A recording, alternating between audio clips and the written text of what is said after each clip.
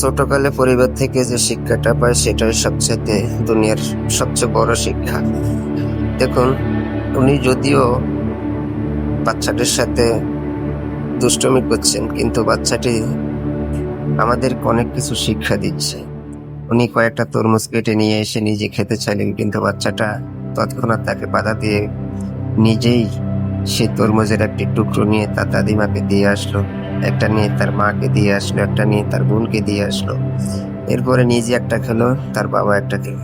এই যে একটা শিক্ষা, সেটা আমরা ছোটকাল থেকে আমাদের ফ্যামিলি থেকেই পেয়ে থাকি।